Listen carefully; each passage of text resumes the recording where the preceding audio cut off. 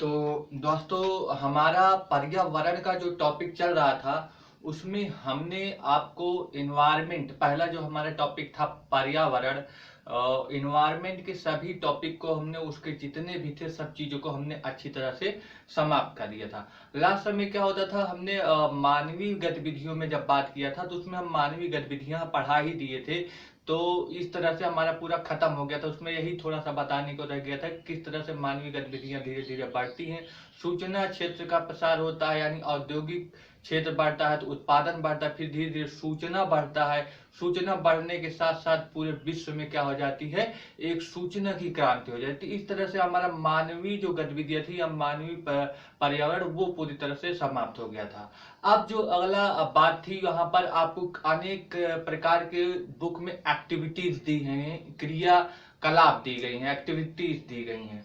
उन एक्टिविटीज को हमें चर्चा करना है, जिसको प्रश्न के माध्यम से कभी कभी क्वेश्चन पूछा जा सकता है। तो आप लोग अपने जब बुक में देखेंगे एनसीईआरटी की, तो उसमें पेज में ही शायद पहले दूसरे पेज में या 6 पेज कुल हैं, उसी में से आपको किनारे इधर उधर दाएं बाएं साइड में ये एक्टिविटीज मिलेंगी। आपने अपने आसपास के स्थल को देखा होगा, मतलब देखिए, और उस उनके पड़ोस में भूमि का उपयोग किस प्रकार से हो रहा है, यानी कि जो आप अपने अगल बगल स्थल देखते हैं वहां पर उस भूमि का उपयोग किस रूप में हो रहा है। यानी कि यहाँ पे क्या पूछ रहा है, भूमि का उपयोग पूछ रहा है कि किस प्रकार हो रहा है, उसको आप सूची बनाएं। तो आप सूची बनाने में आप क्या कर सकते हैं, आप अगर अपने आसपास देखते हैं जो भूमि का प्रयोग, तो क्या देखते हैं, वहां पर क्या बना है।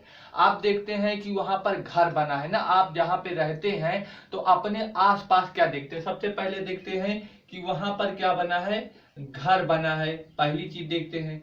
दूसरी चीज क्या देखते हैं कि दुकानें बनी है, दुकानें बनी है।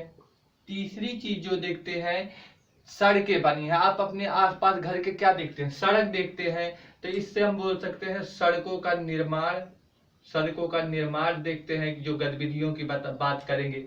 चौथी चीज देखते हैं कि पार्क भी बना है, कुछ लोगों के घरों के अगल बगल क्या होते हैं, पार्क होता है, तो पार्क का निर्माण भी हुआ रहता है, ये भी गतिविधियों में आ जाएगा। और अगर पांचवी चीज बोले तो कोई लोग जिनका घर जो होता है औद्योगिक क्षेत्र में होता है, जहां पर उद्योग रहते हैं, यानी कि व्यापार जहां पर होता है, यानी कि औद्योगिक औद्योगिक कारखाने बने होते हैं वहां पे, तो औद्योगिक क्षेत्र होता है, वहां पे क्या होता है, औद्योगिक क्षेत्र होता है, जहां पर क्या होता है, कारखाने बने होते हैं, कारखाने बने होते हैं। तो ये सभी चीजें हमारी क्या हो गई, हमारी जो होती है भूमि का उपयोग हो गया। इस तरह से हम लोग क्या कर रहे हैं, भूमि का उपयोग कर रहे हैं, सड़क बना लिए, घर बना लिए, दुकान खोल लिए हैं, पार्क का निर्माण कर लिया, अनेक प्रकार के उद्योग बना लिए। तो ये जो सभी चीजें हैं, ये सभी चीजें हमारी क्या है, भूमि के उपयोग से संबंधित है। तो पहली एक्टिविटीज या क्रियाकलाप आपसे जिस तरह से अगर क्वेश्चन पूछेगा तो आप लोग इसको लिख देंगे पॉइंट के रूप में, ठीक है ना। तो ये चीज आप लोग अच्छे से नोट कर लीजिए। हमने सभी चीजों को यहाँ पर क्लियर करेंगे। चलिए दूसरे पर आते हैं। तो हमने पहला मिटा दे रहे हैं, आप लोग इसको स्क्रीनशॉट ले लीजिए, या तो हम एकदम पूरा सा एकदम हट जा रहे हैं, यहां से आप लोग इसको पूरा स्क्रीनशॉट ले लीजिए, ठीक है। अब हम दूसरे पे चलते हैं। जो दूसरे क्वेश्चन की बात करते हैं वो क्रियाकलाप में क्या कहता है, जरा पढ़ते हैं।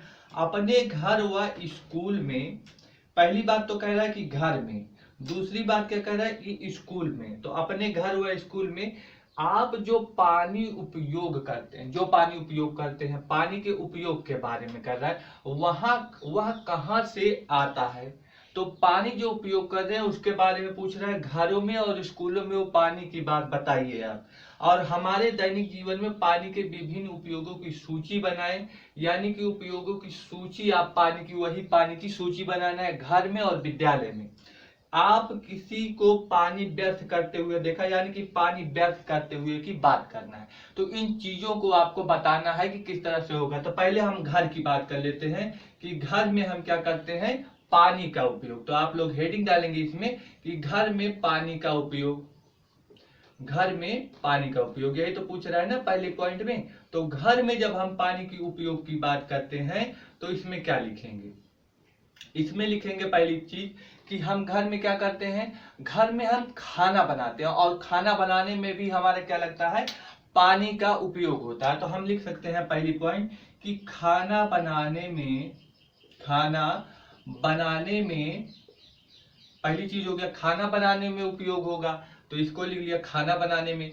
दूसरी चीज क्या होगी, हम लोग घर पर नहाते भी हैं, ठीक है ना, तो लिख लीजिए नहाने में भी पानी का उपयोग करते हैं, तो नहाने में पानी का उपयोग करते हैं।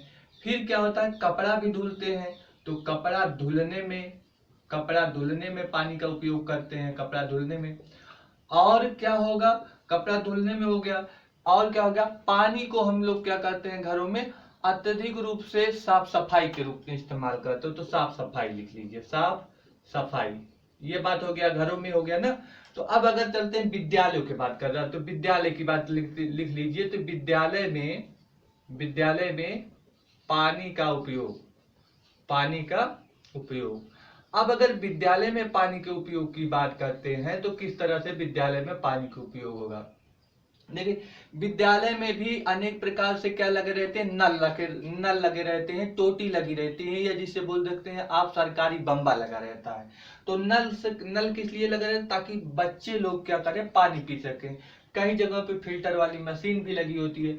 तो नल का उपयोग विद्यार्थियों के लिए नल के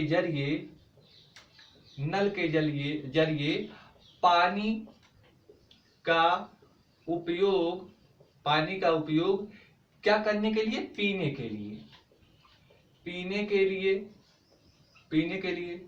दूसरा है विद्यालय की साफ सफाई करने के लिए भी होता है, तो विद्यालय की साफ सफाई करने के लिए पानी का उपयोग होगा कि नहीं, साफ सफाई करने के लिए। तीसरा चीज अगर लिख सकते हैं, तो विद्यालय में शौचालय भी रहते हैं, तो शौचालय की भी सफाई करने के लिए भी पानी का इस्तेमाल किया जाता है। तो ये भी लिख लीजिए कि शौचालय के उपयोग नहीं, शौचालय के सफाई के लिए क्या कर देंगे, पानी का उपयोग। तो हमने ये देखा कि किस तरह से हमने विद्यालय में पानी का उपयोग किया और किस तरह से आपका घर में। अब तीसरी जो बात कर रहा है, कह रहा सूची बनाए कि पानी व्यर्थ करते हुए किसी को देखा है, उसके बारे में बताएं। तो चलिए इसके बारे में बात कर लेते हैं, जो पानी व्यर्थ करते हैं, ठीक, इसके बारे में बात करते हैं। तो हेडिंग डालिए व्यर्थ पानी, यानी कि व्यर्थ पानी की जब हम बात करेंगे, तो हम देखते हैं कि अपने घर पे आसपास कुछ लोग होते हैं जो ब्रश कर रहे होते हैं, मंजन कर रहे होते हैं। मंजन करते वक्त वो टोटी को खोल देते हैं और पानी व्यर्थ में ही ऐसे बहता चला जाता है। तो आप लोग ये लिख लीजिए कि ब्रश करते वक्त टोटी को फालतू में क्या कर देते हैं, खोल देते हैं, जिससे पानी व्यर्थ बहता जाता है। एक पॉइंट हो गया, ये पहली पॉइंट। दूसरी पॉइंट क्या करते हैं हम लोग, देखते हैं कि जिनके घरों में टंकियां लगी रहती है मोटर की, तो वो पानी को टंकी के जरिए क्या कर देते हैं, उस मोटर मशीन के जरिए पानी को टंकी में भेजते हैं। और कभी कभी होता है कि वो ध्यान भी नहीं देते, कभी कभी क्या, अधिकतर ऐसे जो लोग होते हैं लापरवाह लोग, वो ध्यान नहीं देते हैं और पानी टंकी भर जाती है और पानी बहता चला जाता है, यानी कि पानी की वो वेस्टेज हो रही है। तो ये भी लिख सकते हैं कि टंकी में पानी की बर्बादी, टंकी में पानी भर जाने पर पानी का टंकी के बाहर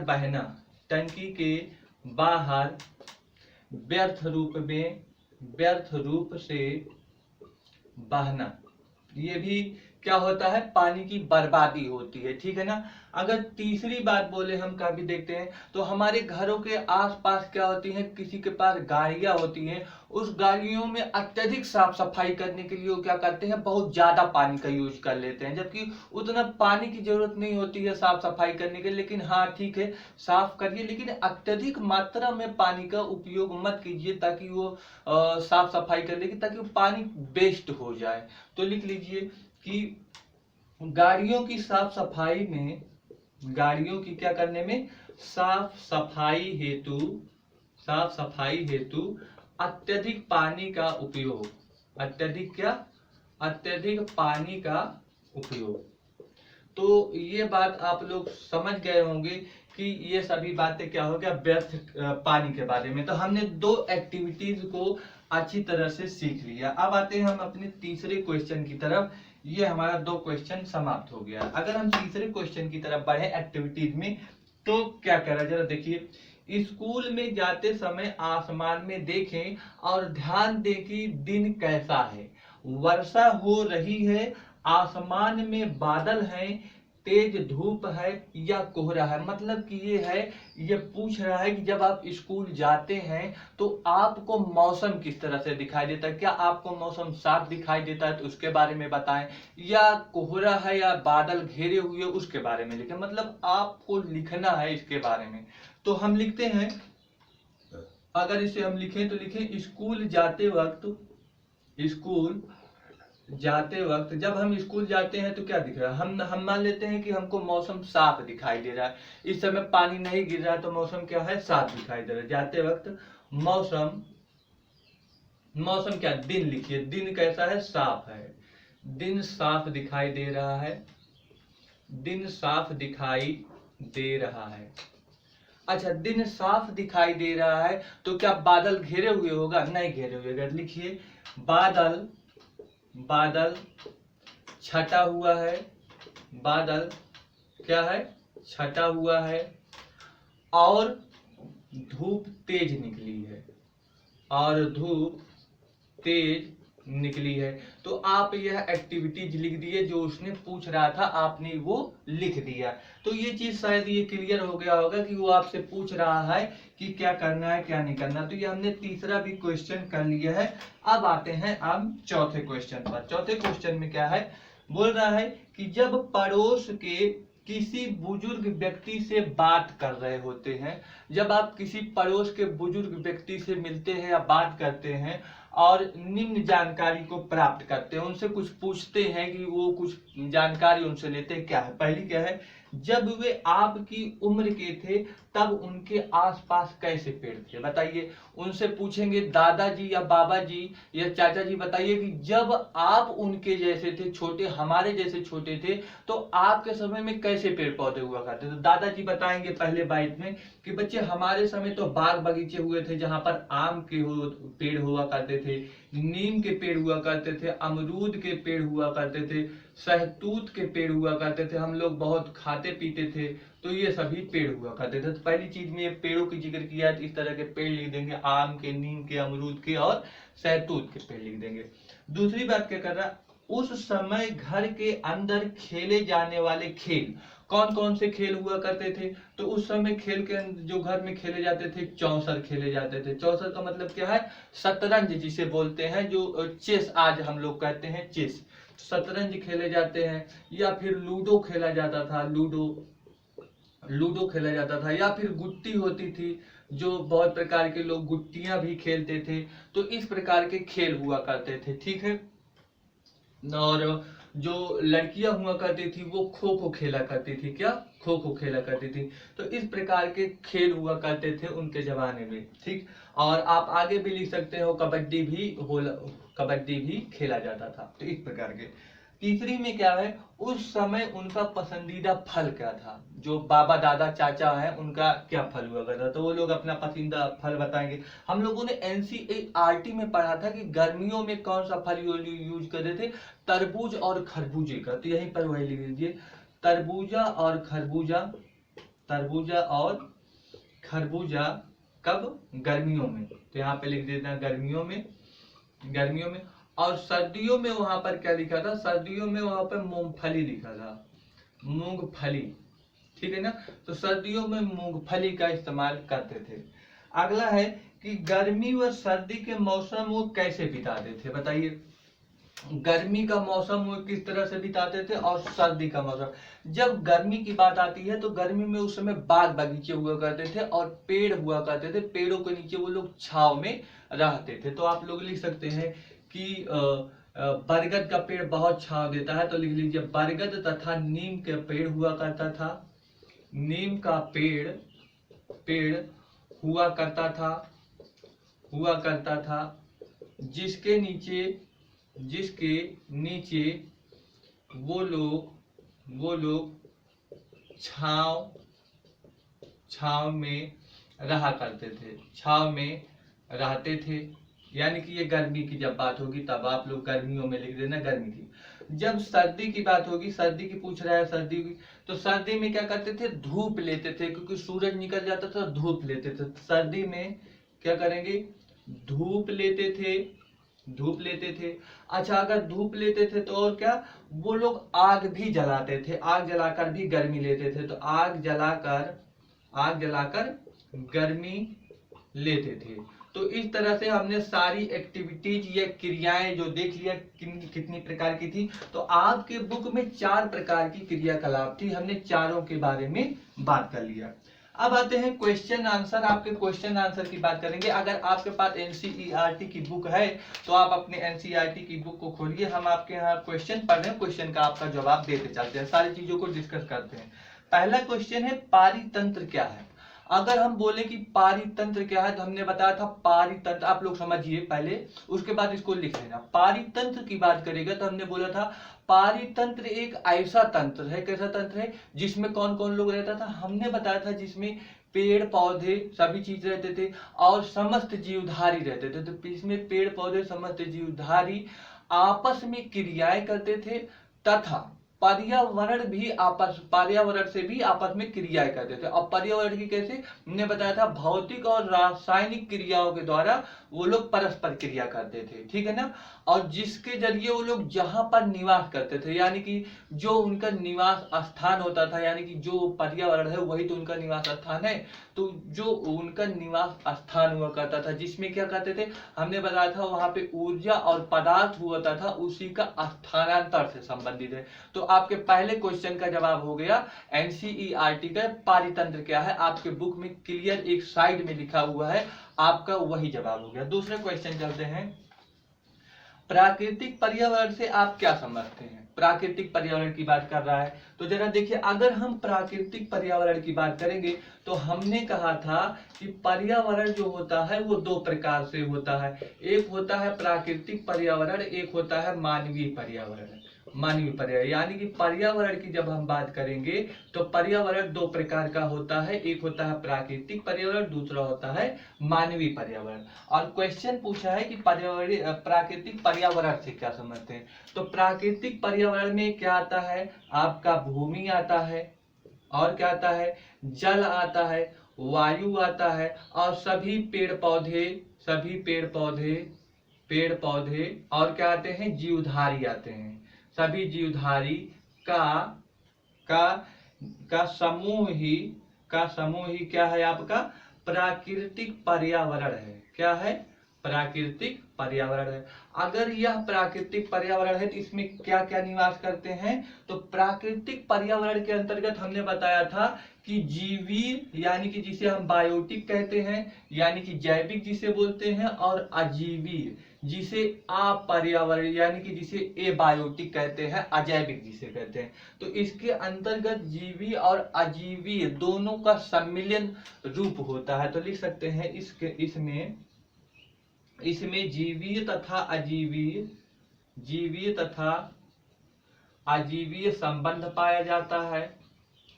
अजीवीय क्या पाया जाता है, संबंध पाया जाता है, ठीक है ना। तो ये होता है हमारा प्राकृतिक पर्यावरण।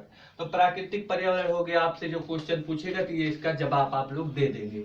तीसरे क्वेश्चन की बात करते हैं। चलिए तीसरा क्वेश्चन क्या है, आप लोग अपने अगर बुक में देखेंगे तो लिखा है पर्यावरण के प्रमुख घटक कौन कौन से हैं। तो पर्यावरण के घटक हमने 2 बताया था, अभी हमने 2 बताया, 2 प्रकार के, एक प्राकृतिक पर्यावरण, एक क्या हमने बताया प्राकृतिक पर्यावरण, दूसरा क्या बताया मानव निर्मित पर्यावरण, मानवीय। तो ये आपको 2 घटक हैं, जब भी आपसे पूछेगा तो 2 उत्तर इसका लिखेंगे, प्राकृतिक पर्यावरण और मानव निर्मित पर्यावरण। अगला है क्वेश्चन, मानव निर्मित पर्यावरण के 4 उदाहरण। चलिए, मानव निर्मित पर्यावरण, मानव के द्वारा बनाई गई कौन कौन सी चीजें हैं वही पूछ रहा है। बताओ, मानव सड़क बनाता है तो आप सड़क लिख सकते हैं, मानव पार्क बनाता है तो आप पार्क लिख सकते हैं, मानव उद्योग बनाता है, कारखाना बनाता है तो आप कारखाना लिख सकते हैं, मानव और क्या बनाता है, मानव अनेक प्रकार की स्मारक बनाता है तो स्मारक लिख सकते हैं। तो आपके 4 प्रकार की बातें होगी, 4 उदाहरण पूछा था, 4 लिख दिए। अगला क्वेश्चन है स्थल मंडल क्या है। तो स्थल मंडल के बारे में हम समझा देते हैं, आप लोग समझ लीजिए, आपके बुक में अच्छे लिखा है। स्थल मंडल की अगर हम बात करें तो ये मान लीजिए हमारी पृथ्वी है। पृथ्वी का ये ऊपरी भाग जो होता है, इसी ऊपरी भाग को हम लोग क्या बोलते हैं, स्थल मंडल। क्या बोलते हैं, स्थल मंडल बोलते हैं। अगर इस ऊपरी भाग की बात करेंगे तो हमने आपको बताया था ये कठोर होता है तथा यह ऊपरी भाग को भूपर्पटी बोलते हैं। तो हम बोलेंगे ऐसा भूपर्पटी, पृथ्वी का ऐसा भूखंड जो कठोर है, कड़ा है, तथा यह भूपर्पटी, ऊपर का भूपर्पटी का भाग होता है, जो कि जिसमें क्या पाए जाते हैं, अनेक प्रकार के खनिज पाए जाते हैं, और यह जो खनिज होते हैं भूमि के अंदर होता है, ये बात लिख सकते हैं। फिर हम बोलेंगे पृथ्वी के ऊपर स्थलखंड में अनेक प्रकार की विषम स्थलाकृतियां पाई जाती है, जिसमें पर्वत, पहाड़, पठार, नदी, घाटी ये सब होते हैं। फिर इसमें बता देंगे स्थल मंडल में कि स्थल मंडल का जो विस्तार होता है वह महाद्वीपों से महासागरों तक होता है। अगर और कुछ ज्यादा लिखना होगा तो हमें लिख सकते हैं स्थल मंडल हमें रहने के लिए जमीन, पशुओं के लिए चारा, फल सब्जियां, खेती इत्यादि ये सभी चीजें देता है। तो स्थल मंडल की बात जब आएगी तो आप लोग यही लिख देंगे। अगले क्वेश्चन का डिस्कशन करते हैं, जैव मंडल क्या है। देखिए, हमने आपको बताया था कि जो भूमि होती है, भूमि से आपका स्थल मंडल बना, वायु होती है उससे वायुमंडल बना, जल होती है जलमंडल, जलमंडल, इन्हीं तीनों के समूह से एक अन्य अलग मंडल का निर्माण होता है जिसे जैव मंडल कहते हैं।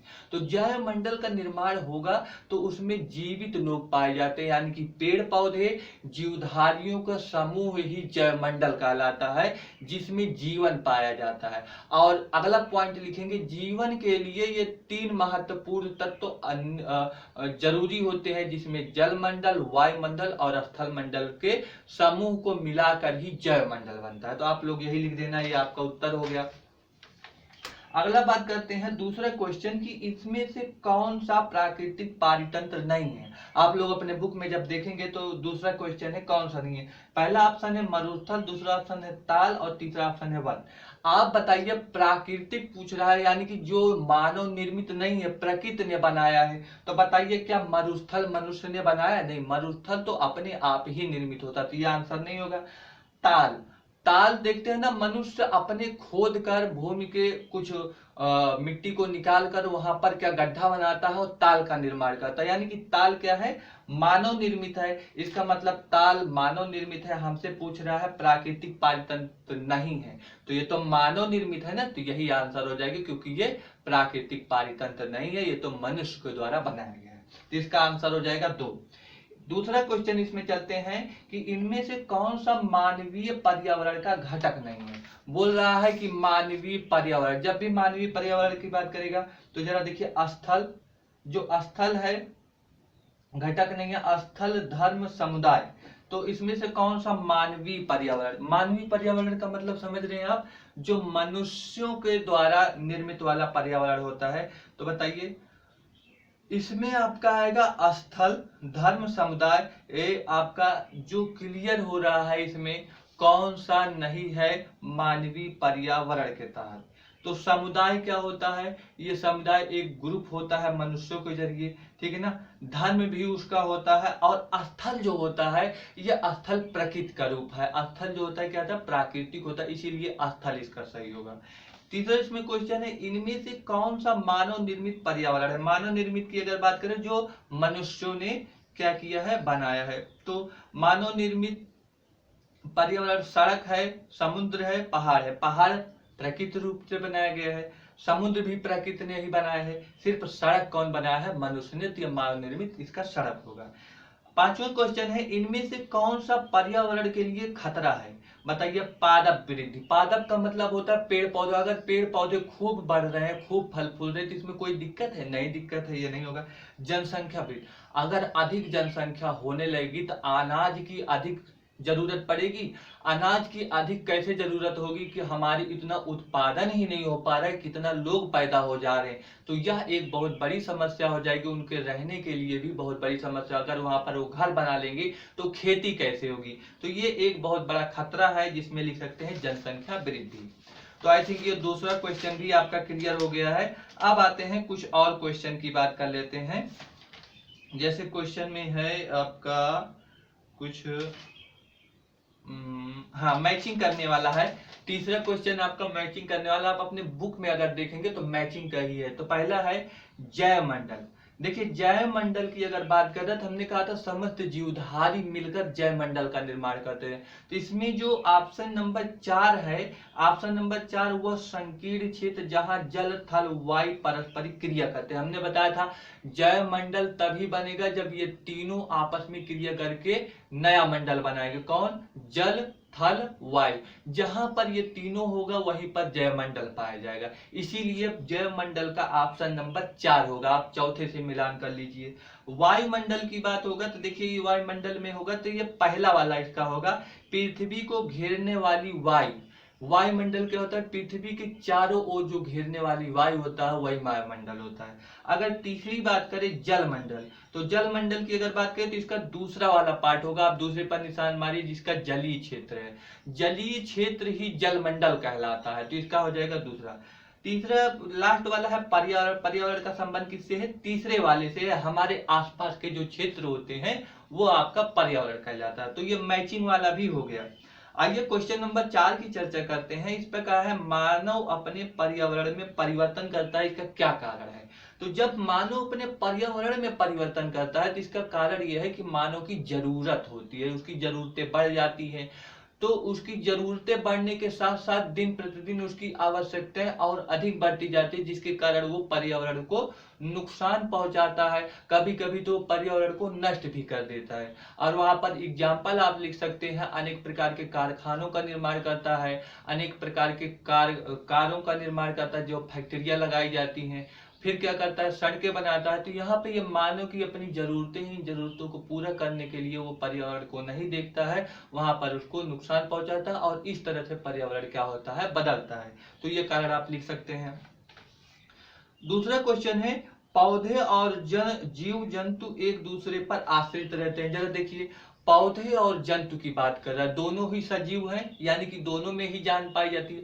अगर ये दोनों एक दूसरे के ऊपर आश्रित हैं, इसका मतलब ये पर्यावरण पर भी आश्रित हैं। इसका मतलब क्या हुआ? ये हमारा पूरा पारिस्थितिकी है, यानी कि हम ये पारिस्थितिकी वाला लिख सकते हैं। तो हमें कारण क्या बताना है? हम कारण में यही लिखेंगे कि जो हमारा पर्यावरण होता है वो जीव जंतुओं पर निर्भर होता है और जीव जंतु पर्यावरण पर निर्भर होते हैं। इस प्रकार से वो आपस में निर्भर रहते हैं, इसी के कारण वे सरवाइव कर पाते हैं, जी पाते हैं। अतः यही कारण है कि जीव जंतु और जो पादप होते हैं वे एक दूसरे पर निर्भर रहते हैं, जो कि पारिस्थितिकी का एक उदाहरण है या पारिस्थितिकी का एक तंत्र होता है। तो आई थिंक ये सभी चीजों को हमने डिस्कस कर लिया है, क्वेश्चन आंसर को, आपके बहुविकल्पी को, आपके मैचिंग को, और अभी जो कारण बताया उसको।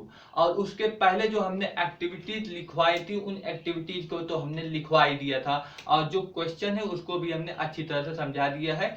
इसको जो हम बोले हैं इसको आप पॉज करके अच्छी तरह से लिख सकते हैं। और ये हमारा पूरी तरह से जो पर्यावरण का पहला टॉपिक था उसका पूरा डिस्कशन, क्वेश्चन आंसर, क्रियाकलाप, बहुविकल्पी, सभी चीजों को लेकर हमने सभी आयामों को चर्चा कर ली है। तो अगले वीडियो पे जो हमारा होगा वो अगला चैप्टर होगा। तो जस्ट इसके बाद जब अगला वीडियो आएगा तो आपका ये अगला चैप्टर होगा। इससे पहले इसको बार बार आप रिवीजन करें, एक बार ही देखने से आपकी सभी चीजें यहाँ पर क्लियर हो जाएंगी। ठीक है, तो मिलते हैं अगले वीडियो में, तब तक के लिए आप लोग देखते रहिए, कीप वॉचिंग, और इसको सब्सक्राइब और शेयर जरूर करें मेरे दोस्तों। तो इससे हमारा क्या होगा? मोटिवेशन बढ़ेगा, हम आपके लिए वीडियो और अच्छी तरह से बनाएंगे। ठीक है, तो मिलते हैं, तब तक के लिए आपको बाय बाय। मेहनत करते रहिए और अच्छे से पढ़ते रहिए। ठीक है।